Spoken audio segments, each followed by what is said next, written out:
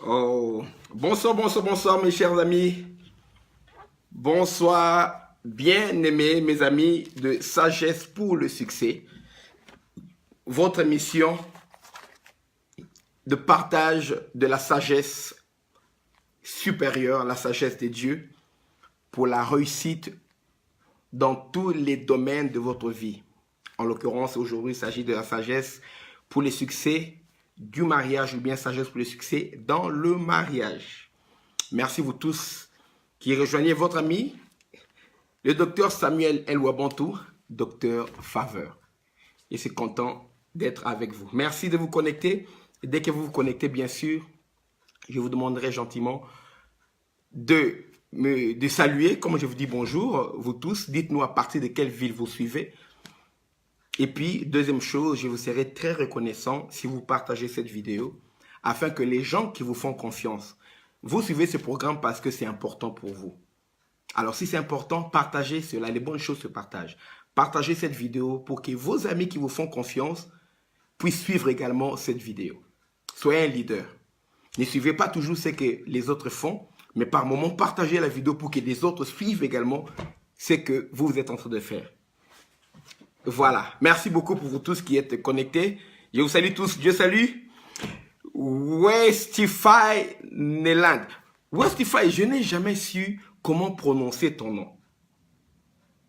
Comment on prononce ton nom? Westify Neland, I never knew. Je suis content. Merci vous tous.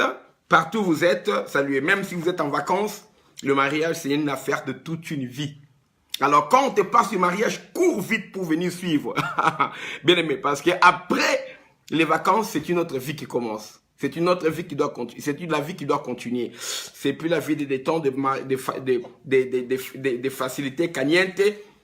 C'est la vie des factures, des responsabilités, le travail, prendre en charge les enfants. Alors, suivez cela. Voilà. Ok, soyez bénis abondamment.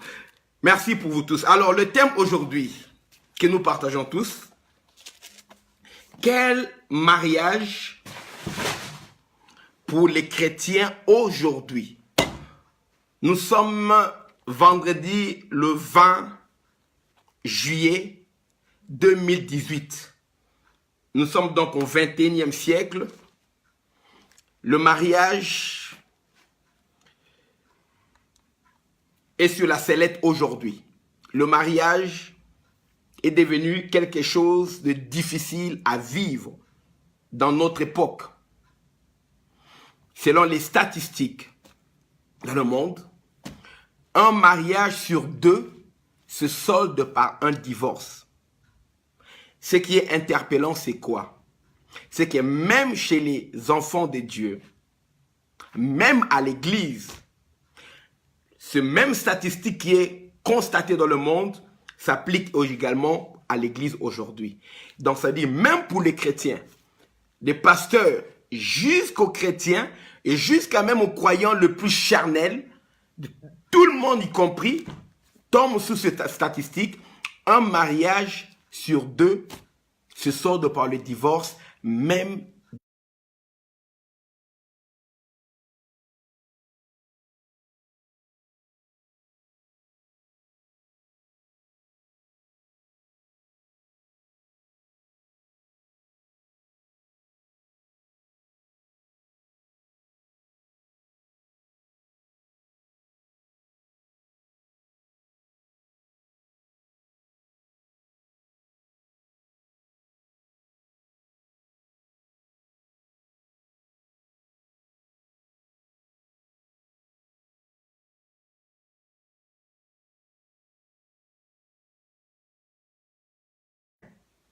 la connexion continue. Donc, même si ça coupe un peu, restez en ligne. Merci, la connexion est revenue. Même si ça coupe un peu, ça va s'y rester en ligne. De toute façon, mon iPhone enregistre tous les messages. Il n'y aura aucun message qui sera coupé. À la fin, vous pouvez suivre de nouveau. Voilà. Le thème donc aujourd'hui, quel mariage pour les chrétiens aujourd'hui? Quel mariage pour les chrétiens? Donc, ce message s'adresse de prime abord aux enfants de Dieu, aux chrétiens.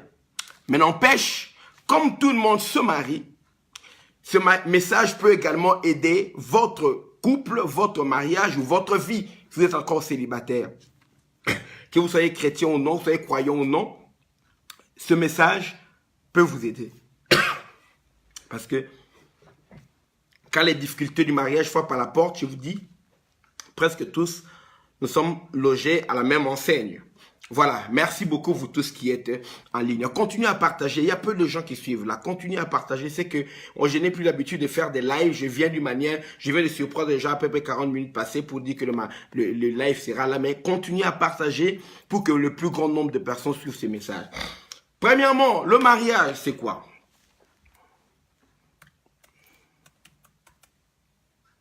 Le mariage, c'est l'union de deux personnes. L'union d'un homme et d'une femme pour fonder une nouvelle famille. C'est ça le mariage. C'est l'union d'un homme ou d'une femme et d'une femme. Une union légale entre un homme et une femme.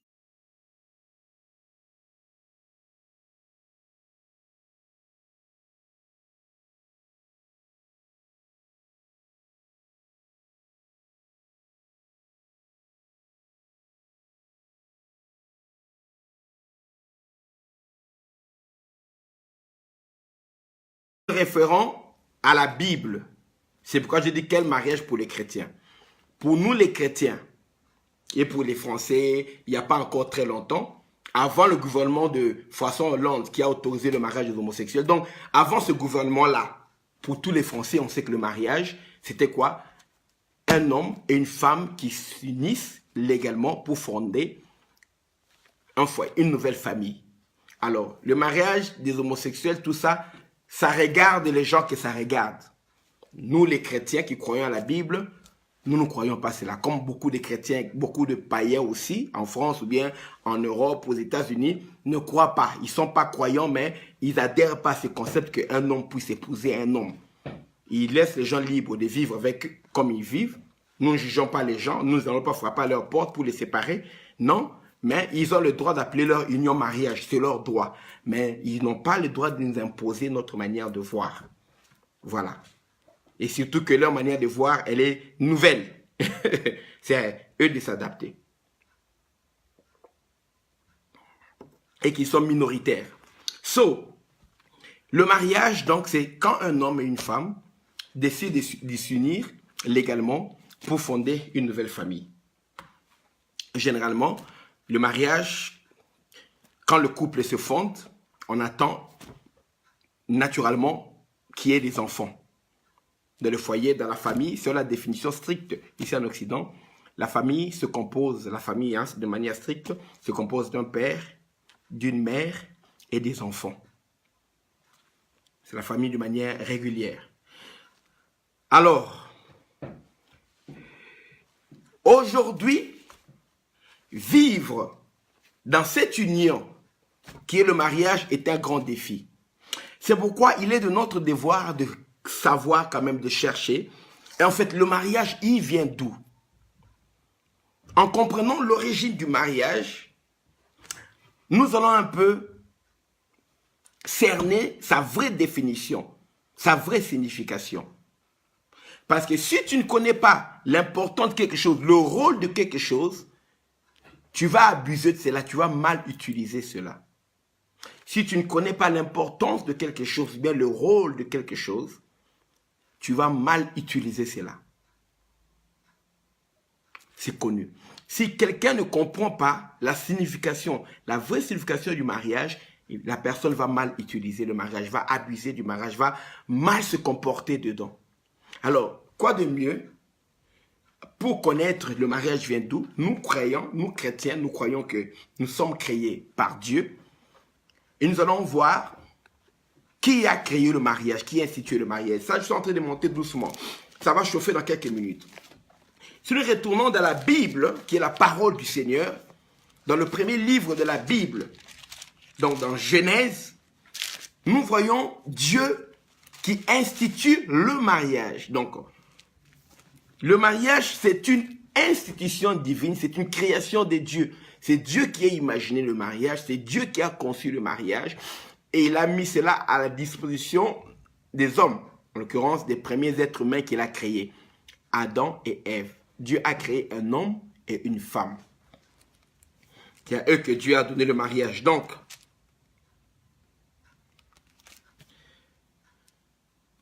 nous allons lire dans Genèse chapitre 2.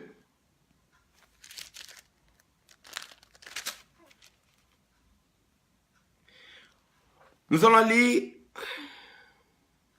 à partir du verset 18.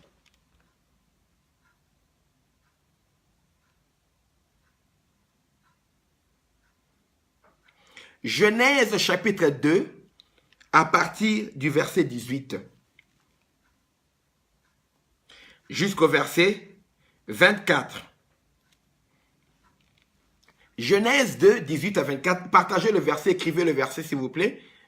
Bonsoir tout le monde qui vous connectez, écrivez, partagez. Jacqueline, bonsoir, tu peux partager ta vidéo, partage pour que tes amis qui sont restés à Conakry et ceux qui sont ici puissent te suivre. Tes collègues, tes anciens collègues journalistes qui sont à Kinshasa puissent te suivre.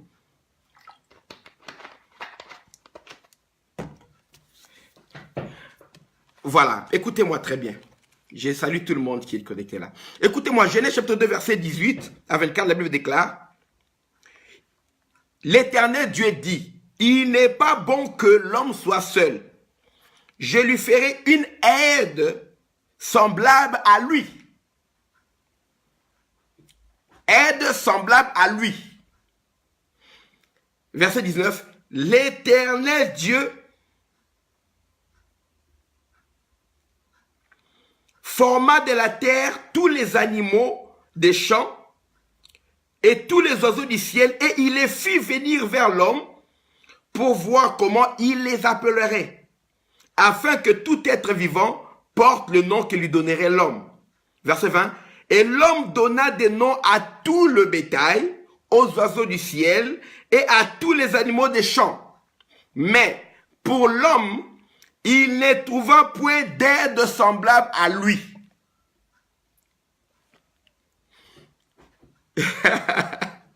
C'est merveilleux, n'est-ce pas? J'aime beaucoup cette histoire. Verset 21.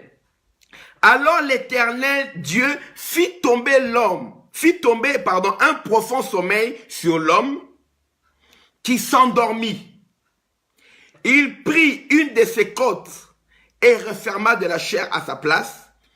Dieu, verset 22, l'Éternel Dieu forma une femme de la côte qu'il avait prise de l'homme. Et Dieu l'amena vers l'homme. Verset 23. Et l'homme dit, voici cette fois celle qui est os de mes os, chair de ma chair. On l'appellera femme parce qu'elle a été prise de l'homme. Verset 24. C'est pourquoi l'homme quittera son père et sa mère et s'attachera à sa femme. C'est pas merveilleux? Et ils deviendront une seule chair. C'est merveilleux. On a vu comment Dieu a créé l'homme, il a créé les animaux, on peut lire ça Genèse 1, et puis là, il a donné un travail à l'homme, il a établi l'homme dans le jardin, l'homme était seul, célibataire. Écoutez, la vie de l'homme a commencé d'abord en tant qu'un être célibataire, il faut bien comprendre cela. Pour comprendre le mariage, il faut bien comprendre le célibat. Quelqu'un qui vit bien son célibat peut bien se préparer à bien vivre son mariage. Si tu vis mal ton célibat, tu risques d'avoir des problèmes quand tu vas aller dans ton mariage. Pourquoi? Tu risques de transporter des problèmes non résolus dans ton célibat, des problèmes qui te déstabilisent ton célibat. Tu l'apportes dans le mariage alors que tu étais supposé en avoir fini avec ce problème-là. Tu risques de l'apporter dans le mariage et ça risque de te compliquer la vie.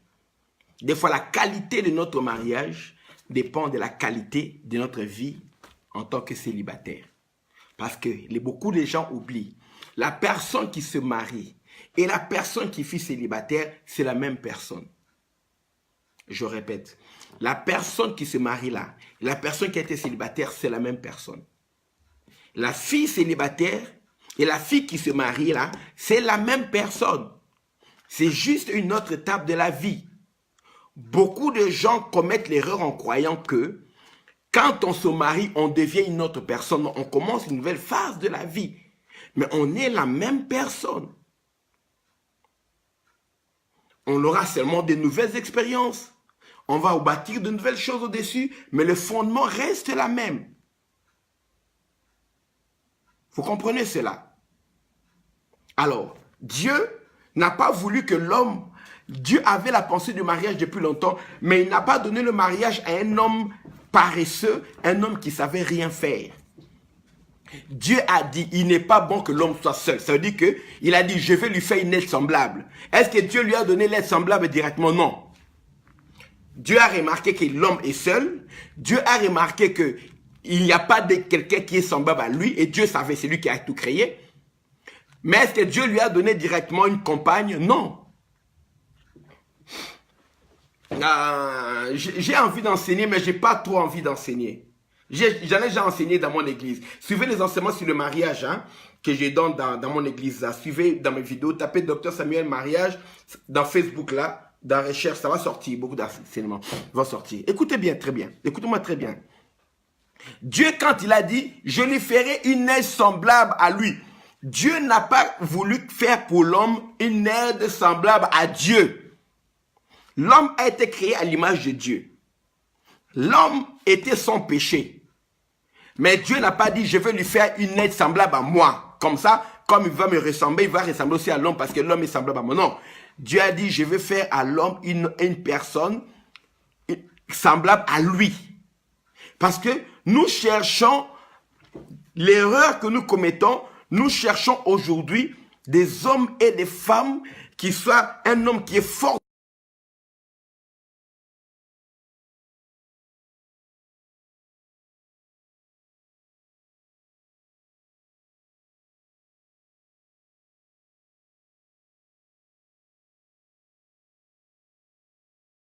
De prière.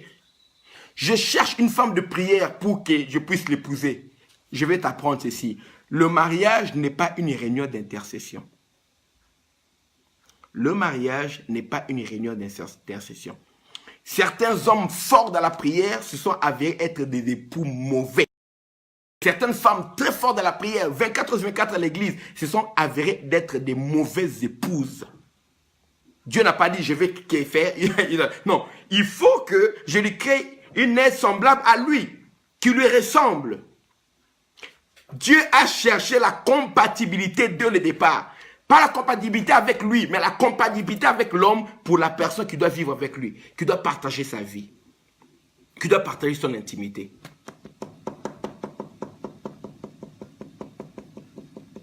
Quelqu'un qui ne te ressemble pas, mais qui est attaché à Dieu, tu dis que oui, ce sera un bon mari parce qu'il aime beaucoup Dieu. Ça ne marchera pas avec toi.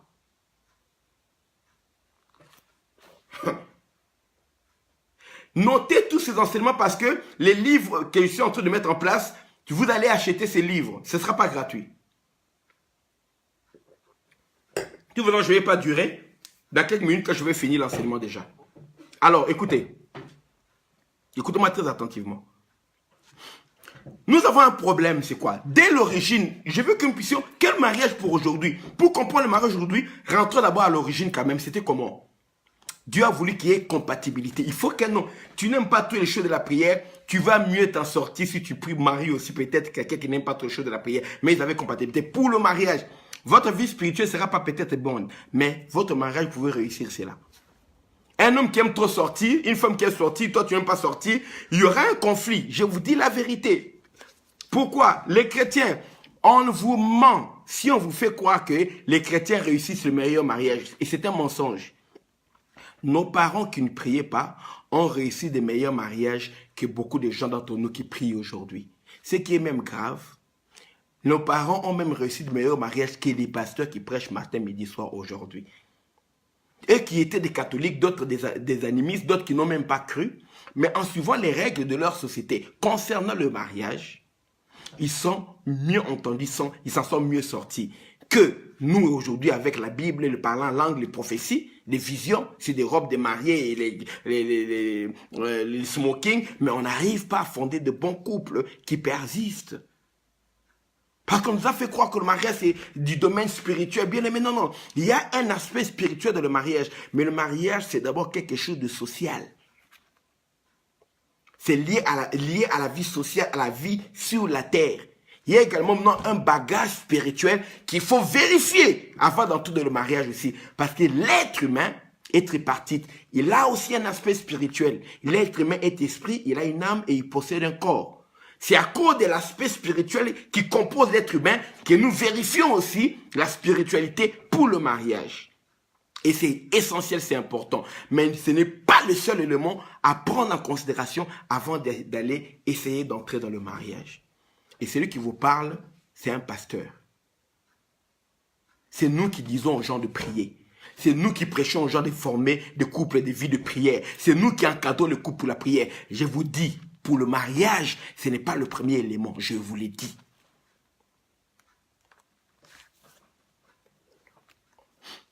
Parce que ceux qui ont prêché là avec à quoi aujourd'hui ils ont divorcé. Les pasteurs qui ont crié fort là, aujourd'hui ils ont divorcé.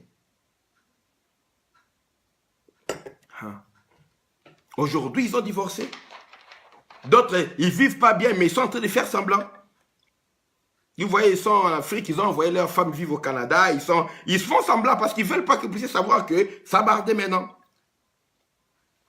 D'autres, ça a tellement chauffé qu'ils ont préféré se retirer de l'église. D'autres, ils ont retiré de l'église, ils ont donné l'église que d'autres personnes s'en occupent parce que nous, on est au courant que ça ne va plus de leur couple.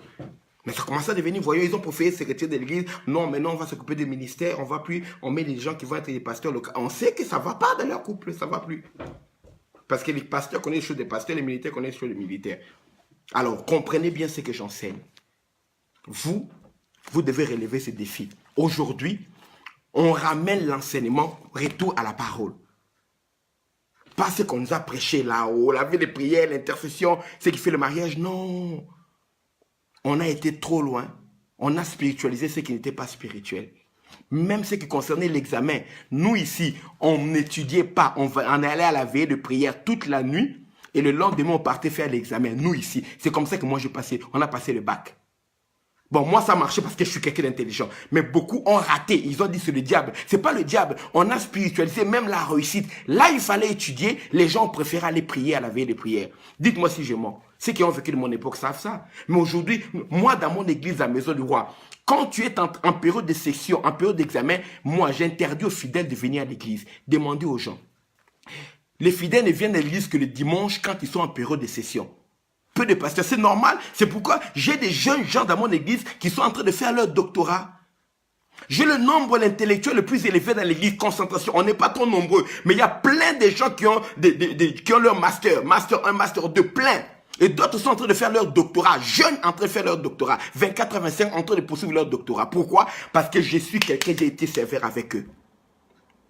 26 ans en train de faire pourquoi? Parce que pour les études, j'ai corrigé les erreurs qu'on nous a menti. Nous, il y a des amis qui ont abandonné les études à cause de la vie de prière. On croyait que Jésus revenait aujourd'hui. Ça, c'est une fierté. Vous comprenez? On peut mettre aujourd'hui, on met un petit nombre de pasteurs.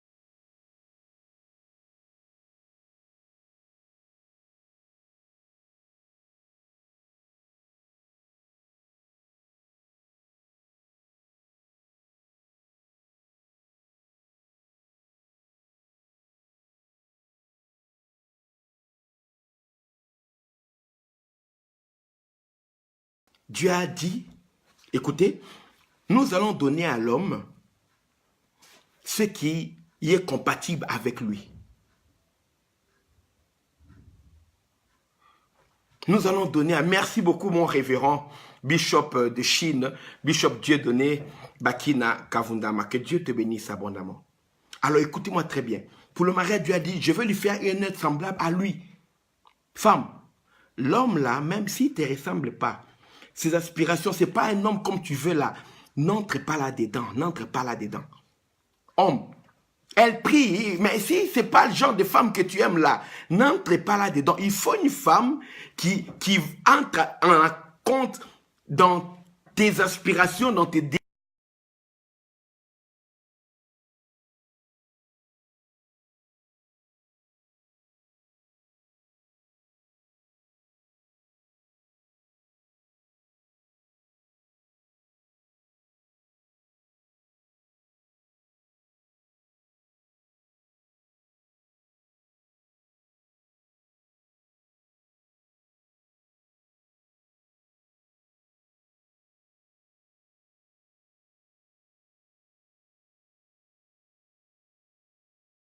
Il ne va pas marier les gens individuellement, il va nous marier dans un ensemble, dans l'ensemble, parce que l'église c'est l'ensemble. En fois, c'est mariage noces de l'agneau, ce sera dans l'ensemble, tout le monde ensemble, un même mari. Voilà. So, alors écoutez-moi très bien, il y a un détail que je tenais à dire.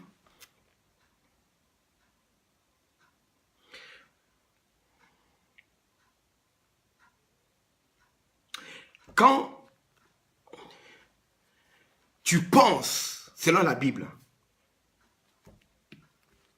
tu penses prendre quelqu'un en mariage, tu penses t'unir à quelqu'un, une femme, tu penses dire oui à quelqu'un. Il faut d'abord savoir ce que toi tu veux. Qui es-tu?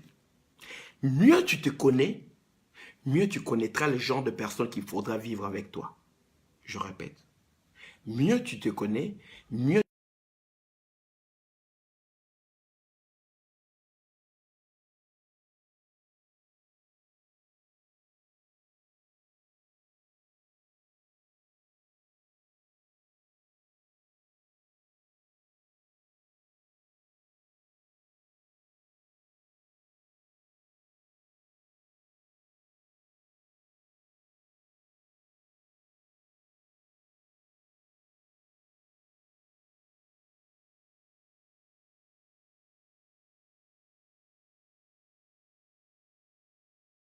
celle qui va venir habillée en bleu aujourd'hui, ce sera ma femme. Seigneur, je prie. Tu entres dans l'intercession. La soeur qui est habillée en bleu là, ouh, sœur Chacho. Sœur Chacho. Sœur Chacho, tu entends déjà le nom Sœur Chacho. C'est elle qui est habillée en bleu ce jour-là parce qu'elle n'avait pas des habits, mais elle a attendu que sa sœur puisse aller se laver. Elle a volé les vêtements de sa sœur. Sa sœur devait aller au travail. Et puis Annie Réunion, c'est pas grave. Elle a fui avec la robe de sa sœur en bleu. Mais elle vient, j'ai vu comment elle dit intercession. Toi, tu vas épouser comme ça. Tu as prié parce que, écoute bien, un témoignage. Je vais aller avec des faits vrais. Un jour, je devais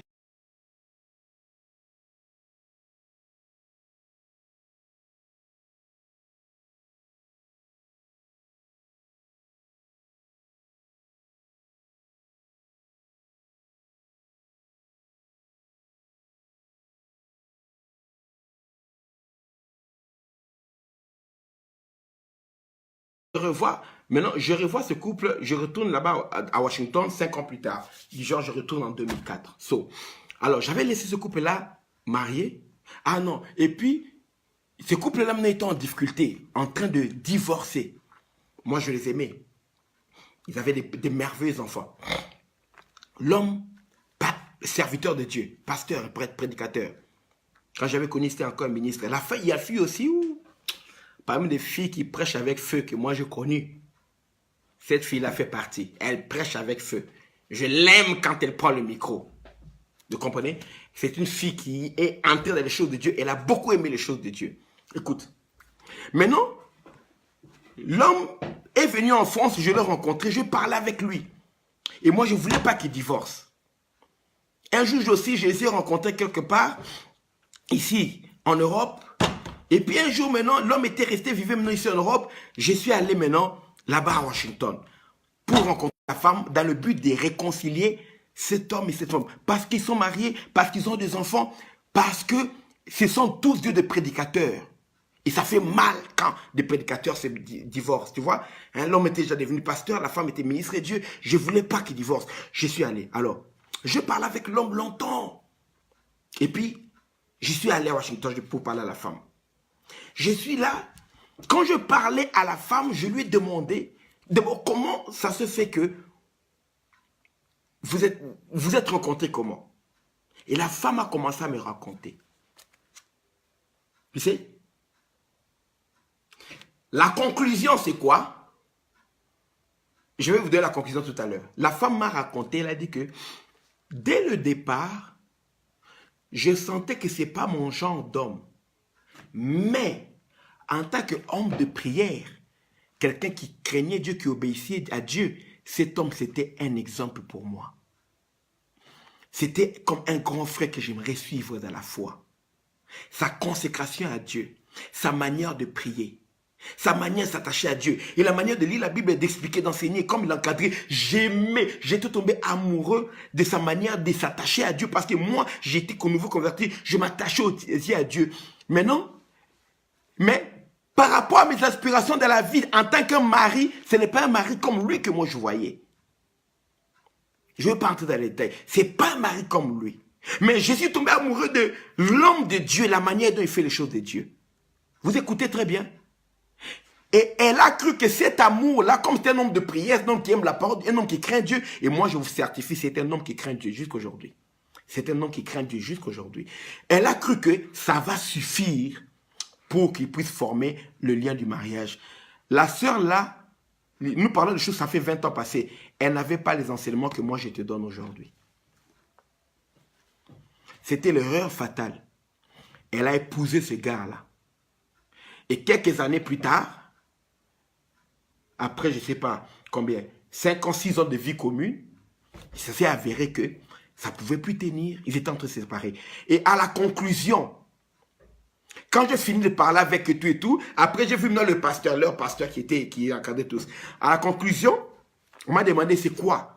Les gens avaient mis l'espoir pour moi pour les réconcilier. J'ai dit, la conclusion c'est quoi?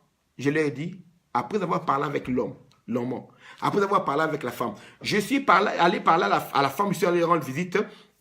Nous avons commencé à parler à 20h. Nous avons fini de parler à 5h du matin. 5h du matin qu'on a fini de parler. Là où j'étais dans la famille, mon pasteur m'avait mis. Et puis il dit en tout cas, on dit que c'était, il travaillait pas le lendemain, le samedi, et en tout cas tu peux rentrer. 5h. Donc, après avoir pris de 9h, je suis arrivé à la conclusion laquelle les deux là n'auraient pas dû se marier. C'était pas des gens compatibles. Est-ce qu'ils aimaient Dieu les deux? Oui. Est-ce qu'ils craignaient Dieu? Oui. Mais c'est moi, ils n'étaient pas compatibles pour le mariage. On n'a pas su les réconcilier. Aujourd'hui, ils sont divorcés. L'homme est avec quelqu'un d'autre. La femme aussi s'est mariée. Et là, son couple, et je connais dans son nouveau mari aussi, un homme merveilleux. Ils vivent bien leur vie, moi, très bien. L'autre aussi a continué. Vous comprenez ça? J'aime l'homme, j'aime aussi la femme avec le nouveau foyer. Je les aime tous. Le problème, c'est quoi? C'est la compatibilité de le départ.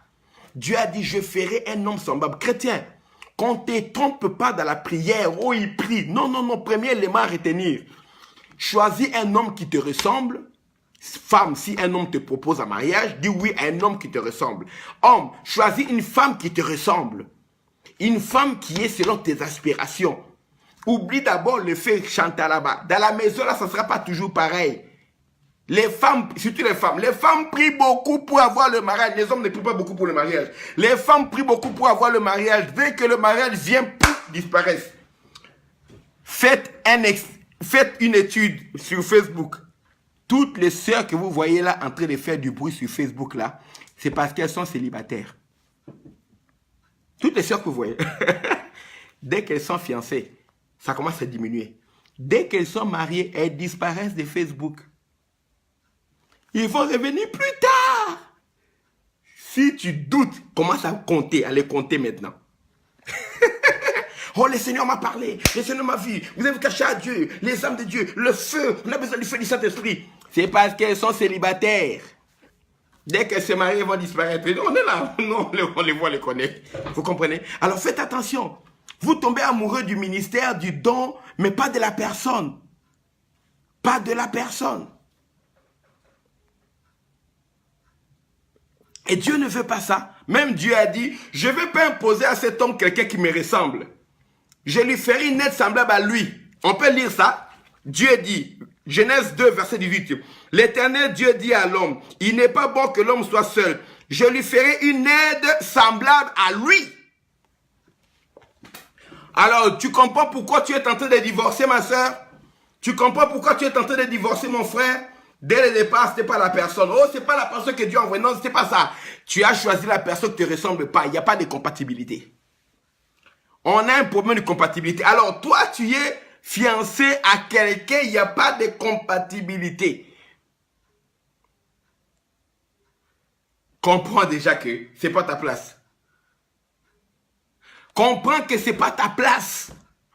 Tu es fiancé à quelqu'un. Oh, on est trop différents, mais on est bien aimés. Complémentaire veut dire qu'il y a compatibilité. On n'est pas pareil, mais on peut aimer les mêmes choses, on peut faire des choses qui ne s'opposent pas. Tout vous oppose, vous n'êtes pas complémentaires, vous êtes opposés.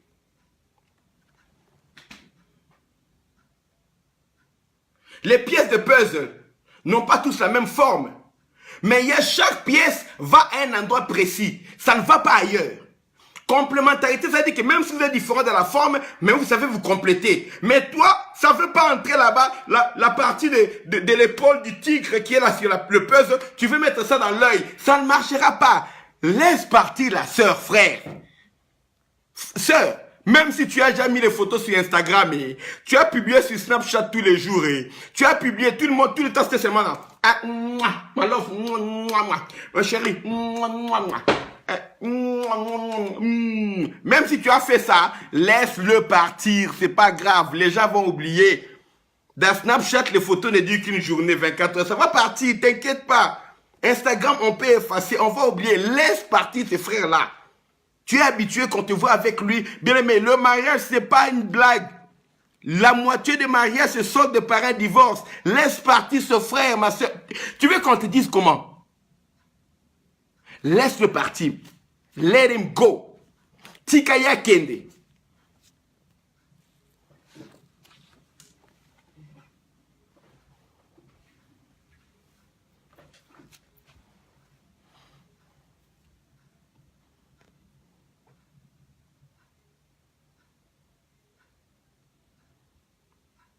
J'attends que tu le laisses partir. Écris-lui que moi et toi, c'est fini. Tu attends que j'attends.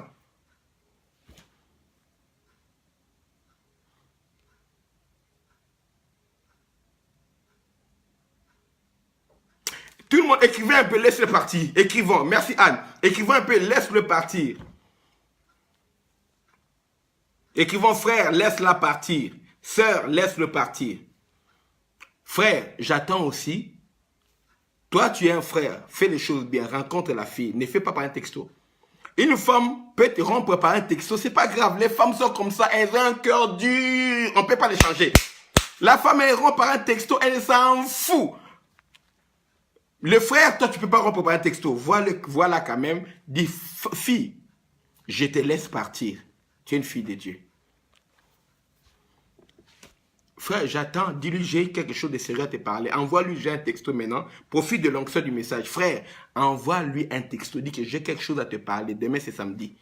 Ou bien, si tu es en Amérique, il y a encore 6 heures du temps. Dis-lui, baby, I'm going to see you after work. Can you meet me at your place? Right? I'm going to come at your place so I can talk to you. C'est bien de parler, hein, là où elle habite, pas loin de là où elle habite, parce que dans les émotions, là, il faut qu'elle aille se reposer. Trop loin, retourner, ça peut être compliqué pour elle. OK? Merci. Bien aimé, j'attends que vous puissiez rompre. Vaut mieux rompre qu'aller au divorce. Sauvons les foyers, rompez maintenant. Finissez vos fiançailles là, vos camaraderies, finissez ça. Finissez. Vous n'êtes pas compatibles. Ce n'est pas moi qui ai dit, c'est toi-même tu as remarqué.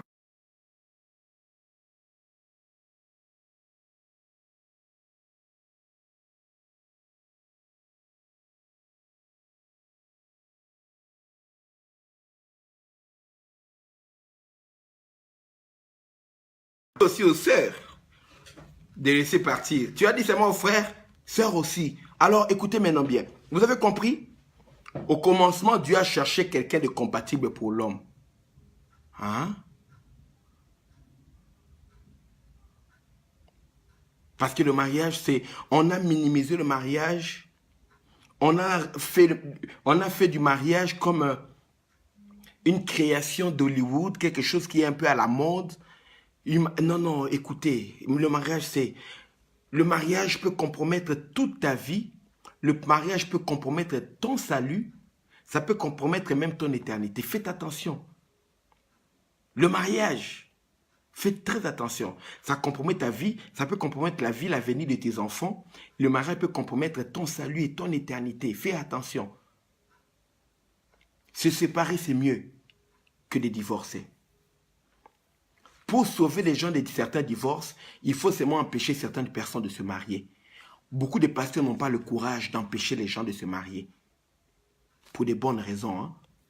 Pas pour retenir les gens écartés. Non, il faut dire aux gens la vérité. Nous encourageons les gens au mariage. C'est notre travail. Mais quand ça ne tient pas la route, on doit avoir le courage de dire aux gens, d'après ce que je connais de toi, d'après ce que je connais de cette personne que tu es en train de fréquenter, je vois que ça ne marchera pas entre vous. Ce n'est pas que Dieu m'a dit non, c'est d'après ce que moi je vois, parce que nous sommes des encadreurs spirituels. Nous, on doit avoir le courage de dire ça à nos enfants. D'après ce que je vois de toi, toi mon fils que j'ai élevé, toi ma fille que j'ai élevée, et la personne que tu nous ramènes là, la personne avec qui tu veux te marier, passer le reste de ta vie, attention, je pense que ça ne marchera pas. Maintenant, écoutez-moi très attentivement. Le mariage, c'est quoi? Vous écoutez ce que Dieu a dit? Le verset 24. Le verset 24 sur le mariage. Genèse chapitre 2, verset 24. Écoutez. C'est pourquoi l'homme quittera son père et sa mère et s'attachera à sa femme. Et les deux deviendront une seule chair. Et ils deviendront une seule chair. Est-ce que tu comprends ce que ça veut dire? Te marier avec quelqu'un veut dire que tu quittes ta vie, tu quittes ton passé pour unir ton futur à une personne qui vient d'une autre famille et vous devez rester ensemble pour toujours. Tu prends le vœu de vivre avec quelqu'un qui n'est pas de ta famille et de faire de lui la personne la plus exclusive de ta vie. Et la plus inclusive par rapport à ta vie. Et pour toujours. Pour toujours. Ton frère avec qui tu es né, tu n'as pas fait le vœu de vivre avec lui pour toujours. Ta soeur avec qui tu es né, tu n'as pas fait le vœu de vivre avec elle pour toujours. Ton père et ta mère, tu n'as pas fait le vœu de vivre avec elle pour toujours. Et même ici, Dieu dit que l'homme quittera son père et sa mère pour t'attacher à quelqu'un. Et tu crois que tu peux t'attacher à quelqu'un comme ça à la légère pour toute la vie, devenir une même chair avec lui? Et tu prends ça à la légère comme ça. Oh non, il m'achète des chaussures Louboutin. Pour des Louboutins, tu veux donner ta vie à quelqu'un? Est-ce que ta vie vaut les Louboutins là? Oh, les semelles rouges là, j'aime. C'est ça que tu veux? Homme. Oh, elle prépare bien. Parce qu'elle prépare bien. Tu veux vendre ta destinée parce qu'elle a bien fait la cuisine? Tu veux être profane. Et quand même, tu vois que la carrière que tu veux faire, la carrière ministérielle, la carrière politique, ça ne convient pas avec une femme comme elle. Tu es quelqu'un qui aime vivre une vie cachée. Ça ne convient pas avec quelqu'un qui est comme elle, trop parler, trop public. Elle a besoin de quelqu'un qui doit s'envoler comme elle. Mais toi, tu vas lui créer des problèmes. Quand elle voudra s'envoler, toi, tu vas t'accrocher, tu vas être jaloux et ce sera un problème. Laisse-la partir, bon Dieu. Laisse-la. Elle n'est pas pour toi. Tu n'es pas mauvais. Mais tu n'es pas la personne qui convient pour elle. Tu n'es pas mauvaise. Mais tu n'es pas la personne qui convient pour lui. La preuve, vous voyez, moi je ne suis pas là. C'est vous-même voyez que ça ne marche pas. Si ça ne marche pas dans les fiançailles, ça ne marchera pas dans le mariage. Là où ça marche bien, là on cache. Parce que les fiançailles, c'est la période la plus hypocrite de la vie des gens. Dans la vie des couples, la période des fiançailles, chacun cache son jeu. Parce qu'on veut paraître sous le meilleur jour. Ce que je vous dis ici, c'est rare que vous entendiez le pasteur vous le dire. Au cas où je peux vous le dire, je suis pasteur. J'étais conseil pasteur, je suis pasteur. Donc en Afrique, je suis pasteur en Europe, et je suis pasteur en Amérique aussi. En Amérique, je ne suis pas pasteur, mais je ne visite pas. J'ai une église. Je travaille souvent comme pasteur missionnaire dans notre église qui est à Washington DC, et j'ai mon église à Dallas. Donc je suis pasteur. L'église King's House Christian Center est enregistrée sans les lois des églises associées au Texas. Ils ont le numéro là, je ne sais pas quel numéro ils ont là et tout et tout. Le pasteur de mon église locale là-bas s'appelle Évangéliste Marilyn Swanagan Givens. Givens, c'est son nom de marital. Vous comprenez? Donc, je connais ce que je dis. Par rapport au mariage, par rapport aux différentes cultures. Écoute, laisse qu'on ne vous trompe pas. Au nom de la prière. Je viens de vous donner l'exemple de ce couple-là, des serviteurs de Dieu, mais qui ont divorcé parce qu'à l'origine, ils n'étaient pas compatibles, mais ils ont dit le prix. Et chez nous, j'ai vu des frères en Christ dans notre église épouser des sœurs qui ne pouvaient même pas convenir. Mais les sœurs, si dans votre église locale, il n'y a personne que tu vois qui est à ton niveau, n'hésite pas d'accepter un frère d'une autre église. Il n'est pas dit qu'on doit se marier seulement dans l'église locale. Non, oubliez cela. Nous, les pasteurs, nous encourageons ça parce que c'est avantageux. On est sûr que personne ne quitte l'église, hein? Ça grandit. Mais bien aimé, ce n'est pas toujours le cas. La vie des gens est plus importante que le nombre de membres dans mon église. Oui. Si dans l'église, il n'y a pas un frère qui te convient, il n'y a pas une soeur qui te convient, frère, regarde dans une autre église. Ça doit être toujours dans le Seigneur. Ne regarde pas dans le monde, mais les corps de Christ, on est nombreux dans le monde. Regarde ailleurs. Si même dans la vie, ça ne va pas, regarde dans un autre pays, mais toujours dans le Seigneur. Mais c'est mieux d'aimer un frère, une sœur, là où il y a les gens qui peuvent te donner un témoignage sur la personne. N'aime pas quelqu'un qui vient de la planète Mars. Oh, Jésus-Christ de la planète Mars. Tu pries de l'église de Jésus-Christ de la planète Mars. Quel témoignage? Tu connais des Martiens, toi, pour te donner le témoignage du frère? Tu connais des Martiens pour te donner le témoignage de la sœur? Tu veux épouser un inconnu comme ça? Et non, on n'épouse pas les inconnus. Lisez bien la Bible.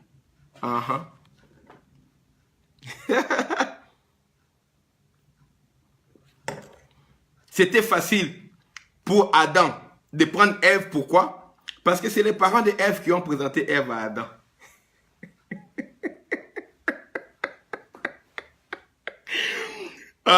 C'est merveilleux, n'est-ce pas? Ça, c'est Docteur Faveur.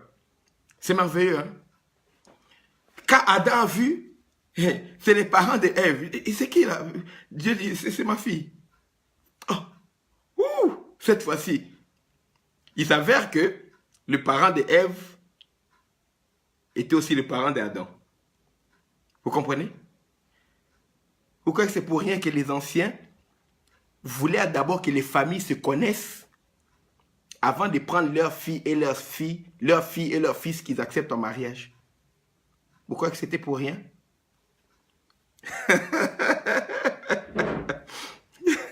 Et quand Dieu crée Ève, il dit, je t'amène chez mon fils. Oh, ok, un autre, oui, il t'amène chez mon fils. Vous avez compris? Ne prends pas des inconnus. Des gens dont tu ne peux pas vérifier le témoignage. Vous allez acheter ces livres parce que ces livres sont riches. Le livre sur le mariage. Le thème c'est mariage, divorce et fiançailles, mode d'emploi. Comment faire pour réussir le mariage? Divorce. Comment faire pour aboutir au divorce? Ça veut dire quoi? Je vais vous montrer aux gens ce qu'ils sont en train de faire. Ils ne savent pas, mais qu'ils le veuillent ou pas, ils vont aboutir au divorce. Si vous faites ceci, vous arriverez au divorce. C'est ça le mode d'emploi du divorce. Vous croyez que vous vous aimez, mais en faisant ça, vous irez au divorce. C'est ce que veut dire le livre. Et puis fiançailles, mode d'emploi. Un fiançailles réussi, c'est le fiançailles qui aboutit au mariage. Comment faire pour réussir ses fiançailles? Vous allez aimer ces livres sur le mariage. Tout simplement, je donne pour vous donner déjà un avant-goût pour comprendre la profondeur de la révélation. Que mariage aujourd'hui? Écoute, le mariage que nous devons réussir, c'est un mariage qui retourne à la parole de Dieu, qui retourne aux critères, la place de l'homme et la place de la femme. Et quand Dieu a créé, il a dit, mais il amène l'homme, l'homme reconnaît, écoute, ah oui, ça, je reconnais moi. Pourquoi? Lisons le verset, écoutez, Genèse chapitre 2, lisons le verset 20. Dans son travail, l'homme donna des noms à tout le bétail, aux oiseaux du ciel et à tous les animaux des champs.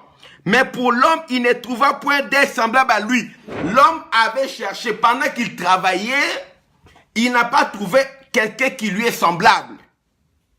Quand il a vu Ève, il a dit « Yes !» Il avait vu la girafe, il avait vu la lionne, il avait vu la chienne, il avait vu la truie, il a vu tout le monde, il a vu le chimpanzé, la chimpanzé, hein? Mais quand l'homme a vu la femme, ça c'est debout comme une chimpanzé, mais elle est différente. Et ça je me vois, je me vois. Bien aimé, tu dois te voir dans la femme. Oh, yanda macheke. Bien aimé, tu dois te voir dans l'homme. Oh là là là là là là là là là là là là. Épouse femme miroir, épouse l'homme miroir. Tu regardes, tu te vois. Tu regardes l'homme, tu te vois. C'est pas question de taille, non, non. Même si tu regardes l'homme là, tu te vois. Tu regardes la femme là, tu te vois.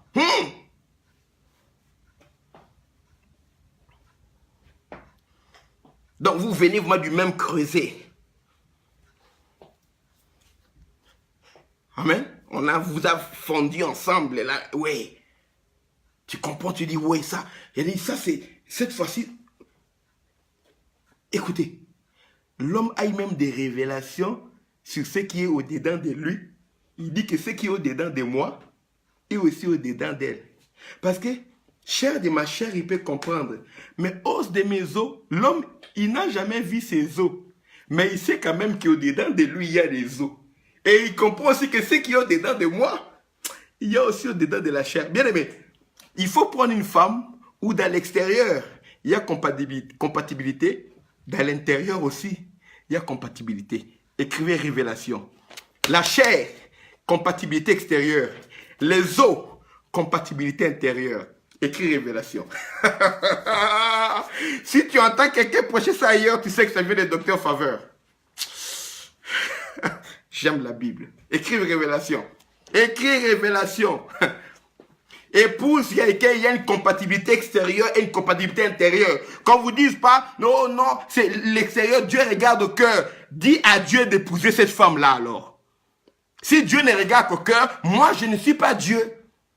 Moi, je ne suis pas Dieu. Dieu a dit, je vais lui faire une aide semblable à lui, pas à moi. Parce que Dieu sait que moi, je ne vais pas épouser cette femme-là. Ah. Je vous ai dit qu'on va ramener le mariage dans la Bible. Je vous avais dit qu'on va ramener le mariage dans la Bible. Retour à la parole. Il y a trop de divorces parce que le mariage est maintenant dans Hollywood. Le mariage est dans les parlements. On fait marier homme avec homme, femme avec femme. Le mariage est dans la rue. Le mariage est chez les artistes. Les artistes qui font n'importe quoi, c'est eux qui dictent le mariage. Le mariage est dans les reality shows. Hein? On fait quoi? C'était quoi les reality shows qu'il y avait ici là? Star Academy, et Loana a épousé. Tu as vu Loana, la scène de la piscine, et les gens font des bêtises, et puis font des couples. Le mariage, maintenant, c'est ça. Non, le mariage vient de la Bible. C'est une institution divine. Le vrai mariage doit venir de la Bible. Tu t'inspires de quoi? Inspire-toi de la Bible. Brad Pitt, Angelina Jolie, maintenant, ils commencent à divorcer. Vous allez faire quoi? Oh, Brad Pitt et Angelina Jolie, ils ont adopté. Non, si on va adopter, chérie. Ils sont en train de divorcer maintenant. Vous avez aussi divorcé? Le mariage doit revenir là, dans la Bible. J'ai dit dans la Bible. Est-ce qu'on peut revenir à la parole de Dieu quand même? J'ai dit le mariage aujourd'hui pour les chrétiens. Si tu es païen, c'est ton problème. Moi, je parle aux chrétiens. Je parle aux chrétiens.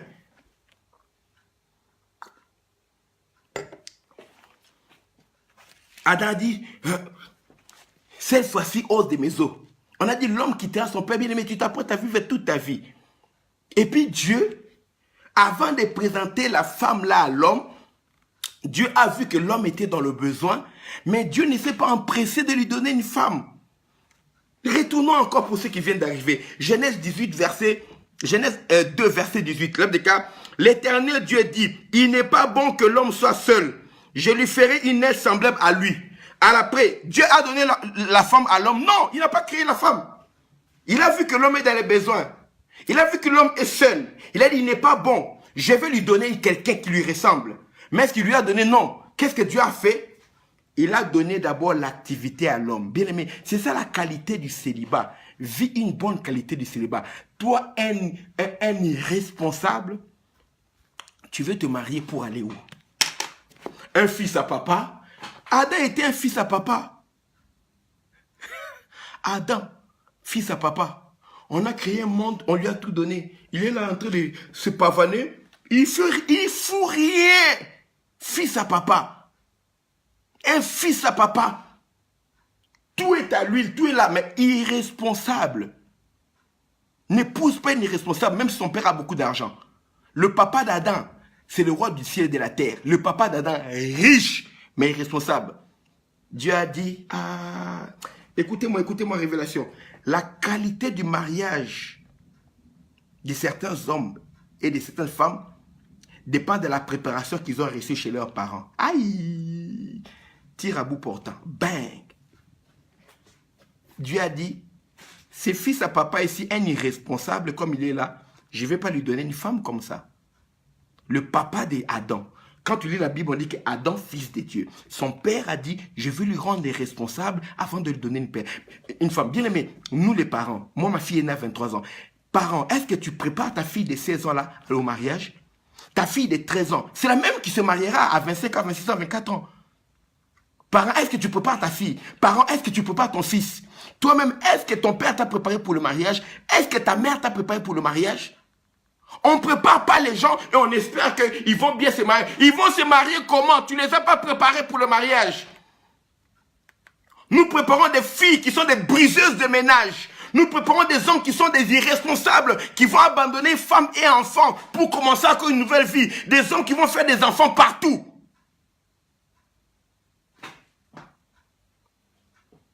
Nous préparons des irresponsables.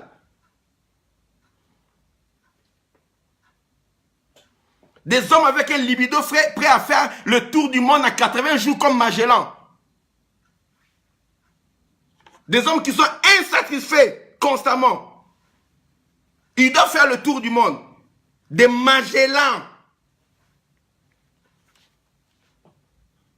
Sur le plan du libido.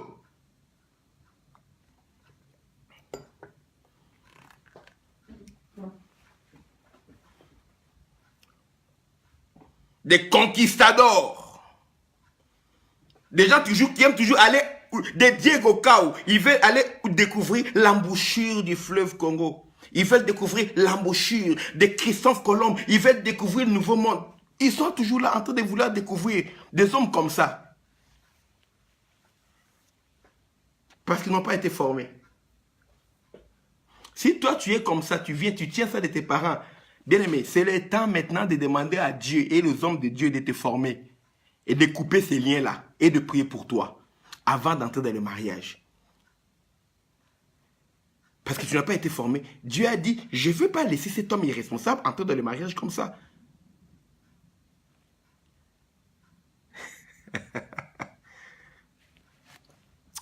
Vous avez joué avec le mariage.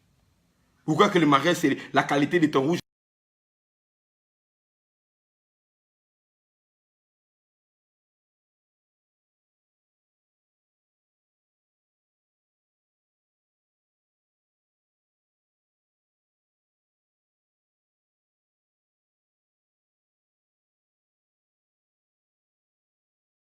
Quand tu enlèves le maquillage là, la qualité du mariage commence là. Quand tu te réveilles le matin, la laine que tu as là, ce n'est pas la laine du gloss au goût de fraise que tu avais mis là. Le mariage, c'est là.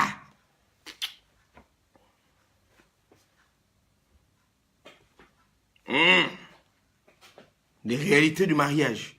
Non, les gens doivent être préparés. Ajoute Naomi. Naomi, il y a des Magellan, il y a des Diego Cao, il y a des Christophe Colomb. Ils sont toujours là.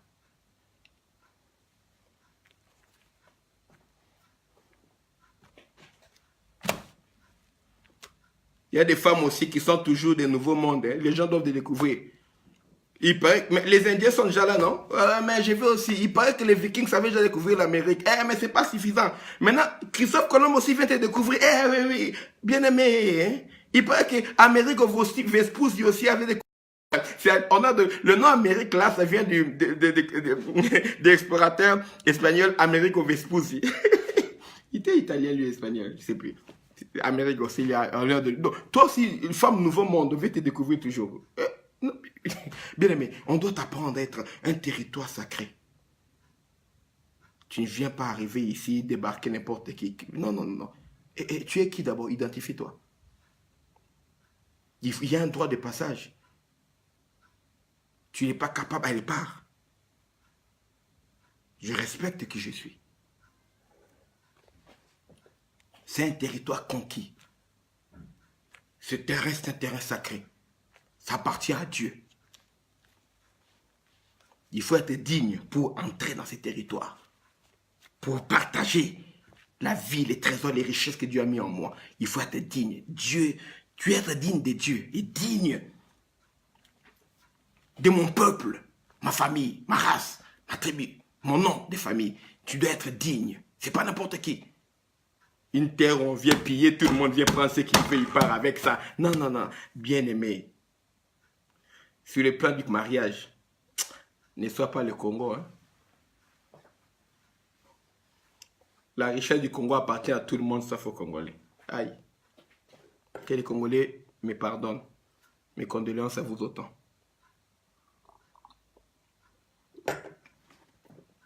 Vous avez compris? Vous avez compris. Dieu a voulu responsabiliser Adam. On divorce parce que vous prenez des hommes irresponsables. On prend des filles irresponsables. Elles travaillent, mais elles ne savent pas s'occuper de la maison. Moi, je veux une femme qui travaille. Mais depuis, ça veut dire que pour nettoyer la maison, ça doit faire une semaine encore. Ça ne fait que le samedi. Si le samedi, là, elle est fatiguée, il faut 2 semaines avant que la maison soit nettoyée.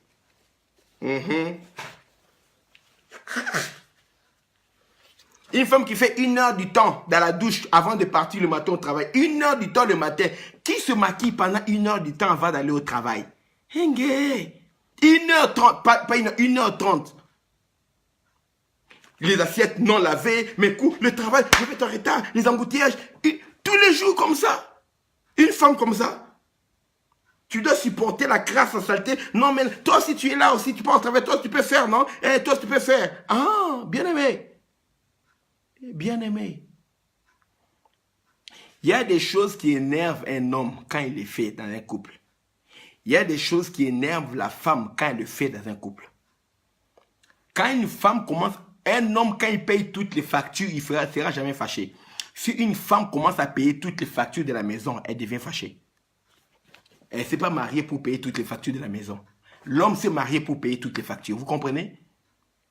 La femme peut aider dans quelques factures. Hein. Alors, quand un homme se marie, c'est lui qui commence à faire toute la vaisselle de la maison. Il se fâche. Sauf si cet homme-là, il y a une transmutation, il commence à devenir une tantine. Hein? Un homme, vrai homme, qu'il soit italien, qu'il soit celte, qu'il soit croate, il commence à faire la vaisselle. Je n'ai pas cité les Noirs, hein? Je cite des Italiens, je cite des Celtes, je cite les Croates.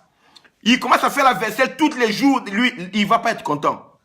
S'il aide de temps en temps, là, ça va. Comme une femme qui aide dans des factures de temps en temps, oui, mais elle paye tout. Une femme à qui l'homme donne l'argent pour qu'elle gère, c'est différent. Un homme, on ne voit pas ton argent, ta femme là, le paye de travail, et c'est elle qui s'occupe de tout. Toi, ton argent dans les jeux dehors, tout et tout, la femme ne sera pas contente. Moi, je ne vois pas un homme qui veut dire, mais non, non, non, moi, toutes les factures, il n'y a que moi qui paye ici. Non, tu es supposé payer toutes tes factures. Même ta femme qui travaille, c'est son argent. Si elle est dans d'autres factures, ça va. Mais un homme, tu t'es marié pour prendre en charge la femme, du début à la fin. Si elle aide, c'est encore mieux. Mais ne te plains pas.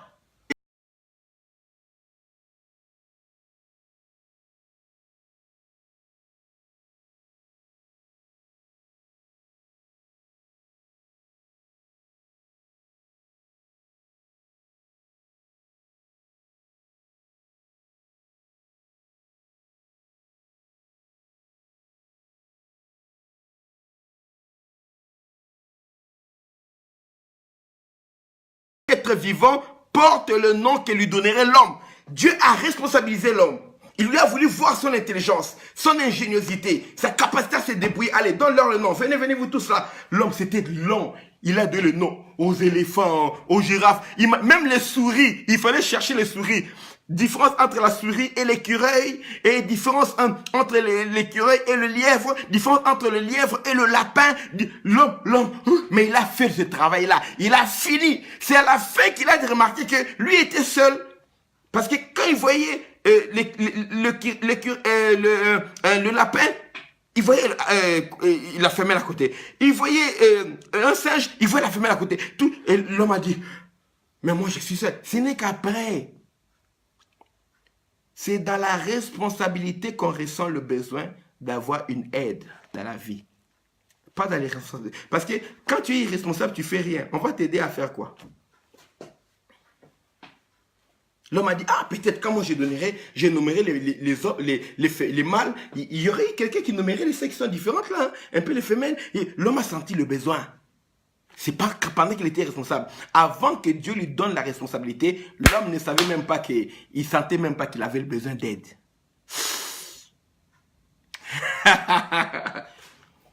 Tu veux épouser quelqu'un parce qu'un homme, il a 35 ans, il a une voiture, il a tout. Il n'a même, en fait, cet homme-là n'a même jamais senti le besoin d'avoir une aide dans sa vie, d'avoir une compagne. Mais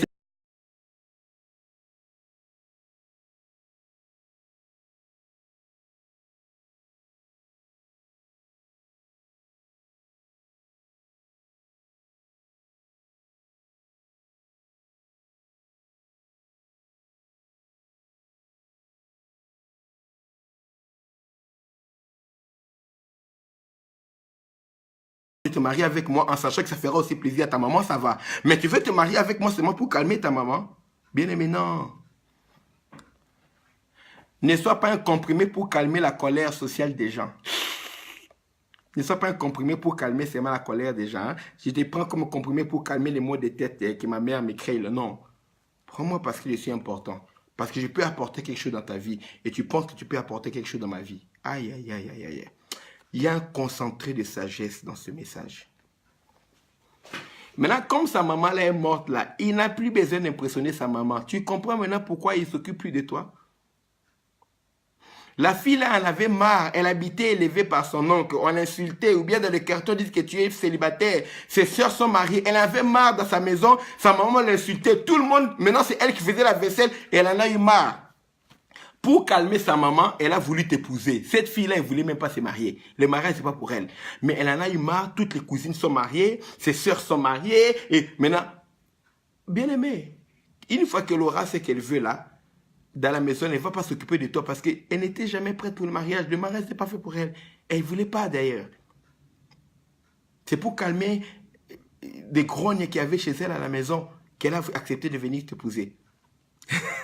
Parce que tu sais, chez nous les Kassaïens, quand une femme commence à grandir, quand une fille commence à grandir, 12 ans, 13 ans, 14 ans, 15 ans, les femmes Kassaïennes, dans les familles Kassaïennes, hein, c'est une tribu centrale du Congo, on n'aime pas garder les filles trop longtemps dans la maison sans être mariées.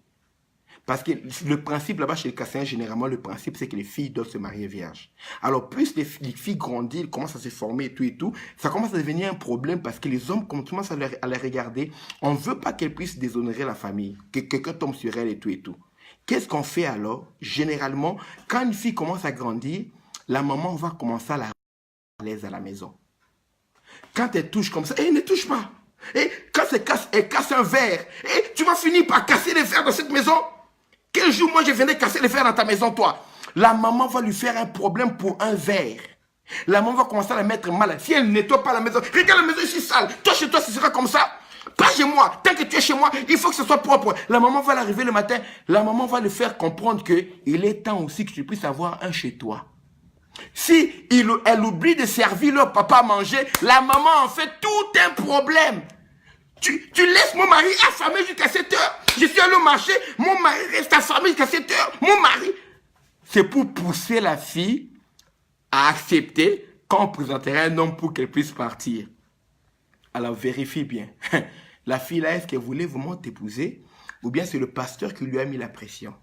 ou bien c'est sans la pression de ses parents, ou bien est-ce que c'est sans la pression de ses amis, est-ce que bien c'est la pression sociale, est-ce que bien c'est la pression de la préfecture. L'ordre de quitter était tombé sur sa tête. Si elle ne t'épousait pas, elle allait être déportée, quitter le territoire français, canadien, américain ou quoi. C'est pourquoi elle t'a épousé pour rester. Vérifie bien pourquoi elle veut se marier. Vérifie bien pourquoi il veut se marier.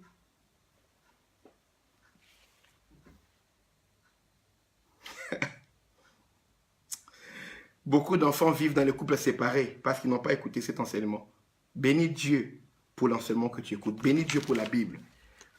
Moi, je suis un instrument qui te partage cet enseignement. Tu peux bénir Dieu pour moi si tu veux, mais bénis Dieu pour la sagesse de sa parole. Bénis Dieu pour la sagesse de sa parole. Je voulais arrêter par principe, Seigneur. Il faut que j'arrête 45 minutes. Dieu dit non. Dieu m'a dit continue. C'est pourquoi j'ai continué. Celui qui va regarder ça 20 minutes, 30 minutes, c'est à lui. Tu peux continuer après encore. Tu t'arrêtes et puis tu reviens. Tu t'es arrêté à 47 minutes. Tu continues après, c'est à toi. Tu regardes ça 3-4 séances, c'est à toi. Tu comprends? Nous mettons au monde des gens, nous envoyons dans la société des irresponsables. Des gens qui savent soigner l'extérieur, mais l'intérieur est pourri. L'intérieur n'est pas compatible au mariage. Un homme qui ne sait pas partager sa vie. Tu es un homme, tu te maries en étant toujours égoïste. C'est quoi ça? Tu es une femme, tu te maries en étant rebelle. C'est quoi ça? Tu ne sais pas qu'une femme doit obéir à son mari? Toi, tu ne sais pas qu'un homme doit prendre soin de sa femme et de ses enfants? Tu vois que tes intérêts alors que tu es marié? Tu finis ton argent dans les bêtises, des vêtements chics, et alors que ta famille meurt de faim?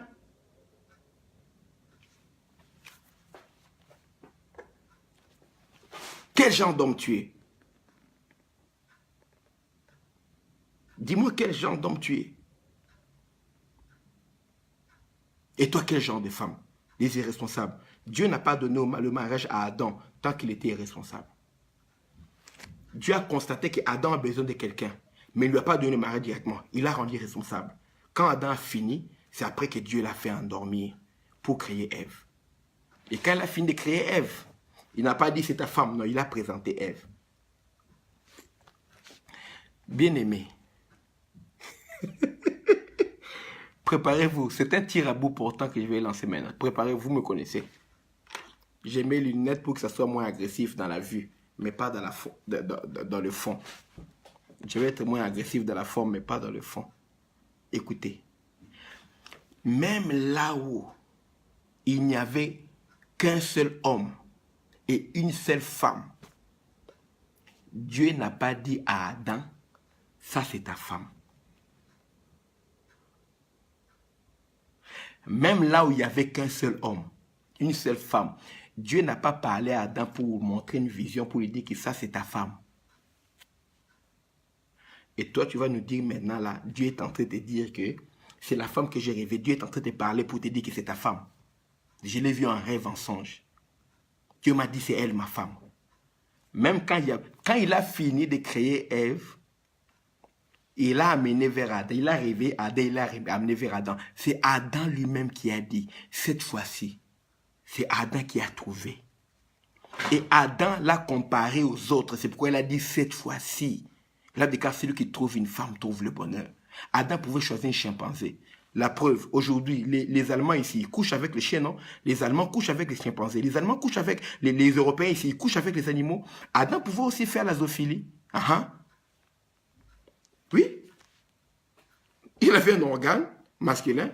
Il avait une verge. Les autres, là, ils pouvaient faire. Mais il n'a pas fait ça. Il a dit, cette fois-ci, Adam a trouvé en Ève, sa femme. Écrivez encore Révélation. Même quand il y avait un seul homme, non une femme, Dieu n'a pas dit que ça c'est ta femme. Dieu n'a pas imposé. Malgré cela, Adam a dit à Dieu, quand il y a un problème, le péché, Adam a dit à Dieu, c'est la femme que tu m'as donnée. Ah, Dieu a dit, ok. C'est pourquoi depuis le jardin d'Éden, Dieu ne donne plus de femmes aux gens. La Bible déclare, celui qui trouve une femme trouve le bonheur. Si celui qui trouve, ça ne veut pas dire que c'est Dieu qui donne. C'est une grâce qu'il obtient de l'Éternel. C'est une grâce quoi?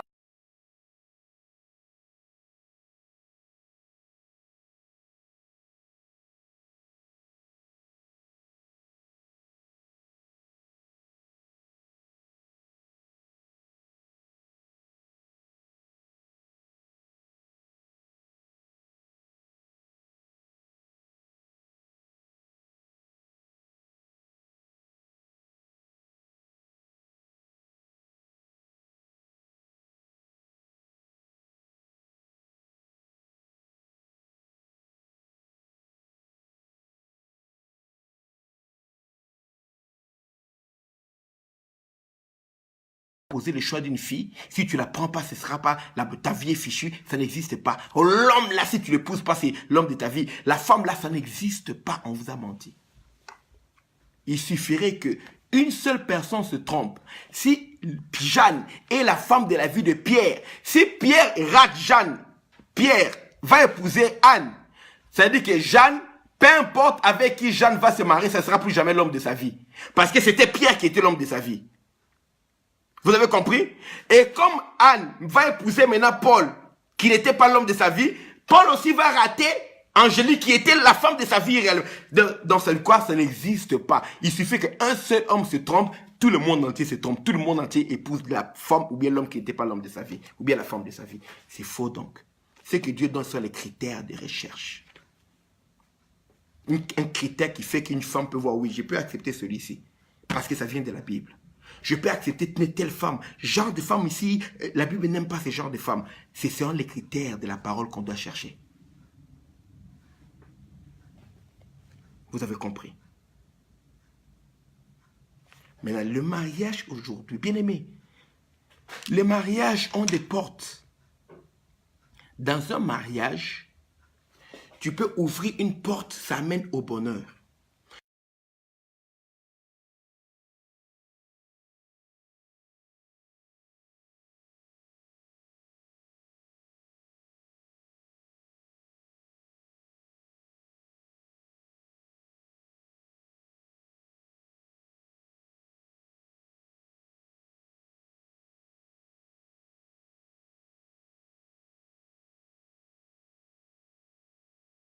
Il y a des hommes qui sont en prison aujourd'hui à cause de la femme. Les femmes en prison à cause des hommes, il n'y a pas beaucoup. Mais il y a des hommes qui sont en prison à cause de la femme. Il y a des femmes qui sont enterrées au cimetière à cause des hommes. Les hommes l'ont tué. Le mari l'a tué. Il y a des hommes aujourd'hui, à Liège, la femme a brûlé vif un homme qui est mort à Liège. Il y a à peine un mois passé, je crois. Il y a des hommes qui sont au cimetière à cause de la femme. Dans le mariage, il y a des portes. Il y a des portes qui conduisent au bonheur. Il y a des portes qui conduisent à la prison. Dans le mariage, hein, pas dehors. Dans ton mariage, il y a des portes qui conduisent au cimetière. Alors fais attention avec le mariage. Il y a des portes qui conduisent à une maladie chronique, souci, mal d'estomac, ulcère d'estomac, et tu as le cancer. La base de ça, c'est le mariage. Diagnostic. Tu souffres de quoi? Madame, vous souffrez du mariage. Monsieur, vous souffrez du mariage. Bien aimé. Ce que les gens n'aiment même pas vous dire, c'est ça.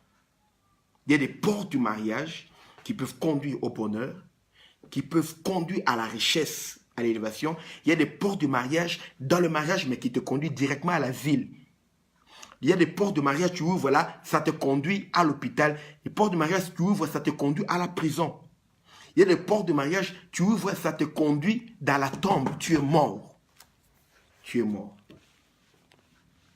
Une seule erreur avec ta femme, tu peux te retrouver en prison.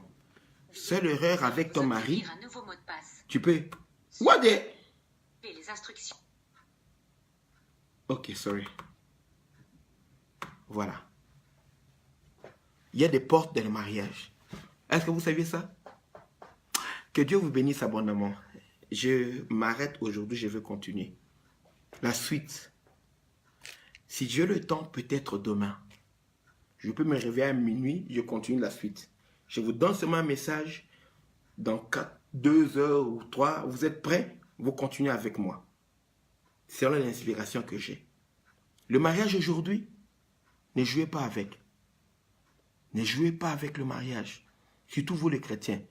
Notre mariage ne dépend pas du monde. Arrêtez de suivre ce que le monde vous dit sur le mariage.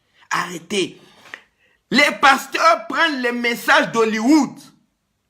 Ils s'inspirent de Pretty Woman. Ils s'inspirent de ceci pour venir en faire des messages de prédication pour l'église. On prêche aux gens, oui, l'homme doit t'aider à faire la vaisselle, mais dans la réalité, il n'y a pas ça.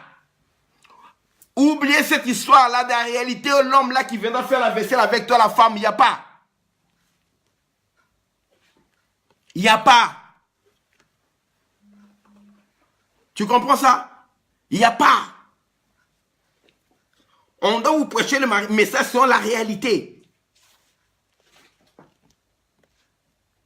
Ah, vous croyez quoi? Les garçons de blancs ici grandissent en Europe ici en espérant aller faire la vaisselle un jour. C'est faux.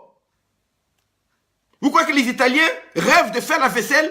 Les Croates, les Celtes, les Bretons, les garçons bretons grandissent en espérant faire la vaisselle parce que quand tu parles, tu vois quoi que c'est l'Africain qui parle. Il n'y en a pas. Nous sommes pasteurs ici. 20 ans que je vis en Occident, il n'y en a pas. Combien de publicités en France, quand on fait la vaisselle, tu vois, on te montre c'est l'homme qui fait la vaisselle. Les publicités reflètent ce qui se passe dans la société. Combien de publicités, on montre que c'est l'homme qui s'occupe des tâches ménagères. Il n'y en a pas. Il n'y en a pas. Si on veut, on inclut, c'est pour faire genre, mais il n'y en a pas.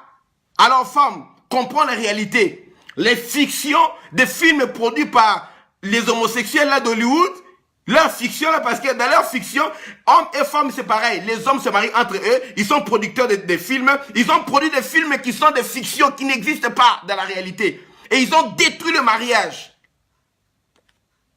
C'est comme les jeunes, non? Les jeunes adolescents qui ont grandi en regardant les films pornographiques, en regardant les performances des acteurs pornographiques. Mais ils ne savaient pas quoi.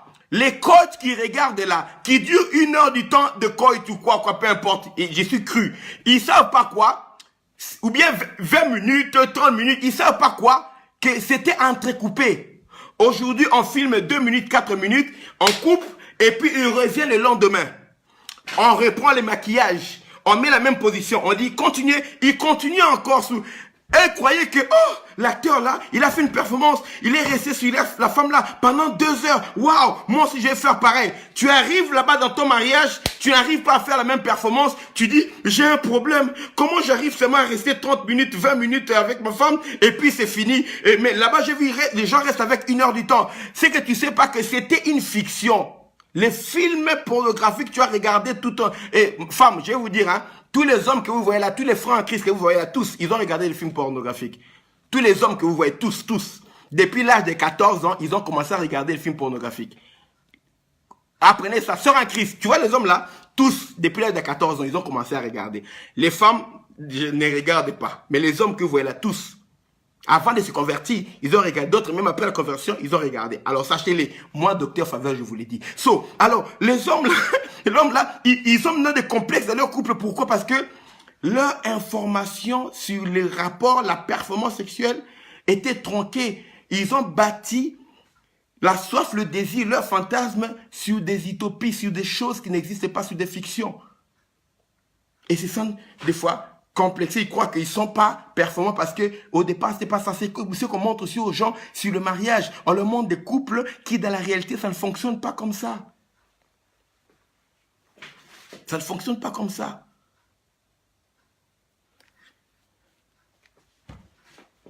Hollywood, là, ça détruit les couples, ça détruit les ménages, ça détruit les générations des gens. Et l'Église ne fait même plus les discernements. L'Église prêche ce que les gens... Le feu de l'amour s'est arrêté. Les gens veulent, quand ils ont fini de voir le feu de l'amour, la saison 5, la saison 18, la saison 20, la saison 21, les gens veulent vous continuer la nouvelle saison du feu de l'amour dans l'église. Pasteur, prêche tout sur le mariage. Oh, toi l'homme, tu dois aussi aider ta femme. Et l'homme, on vous a menti.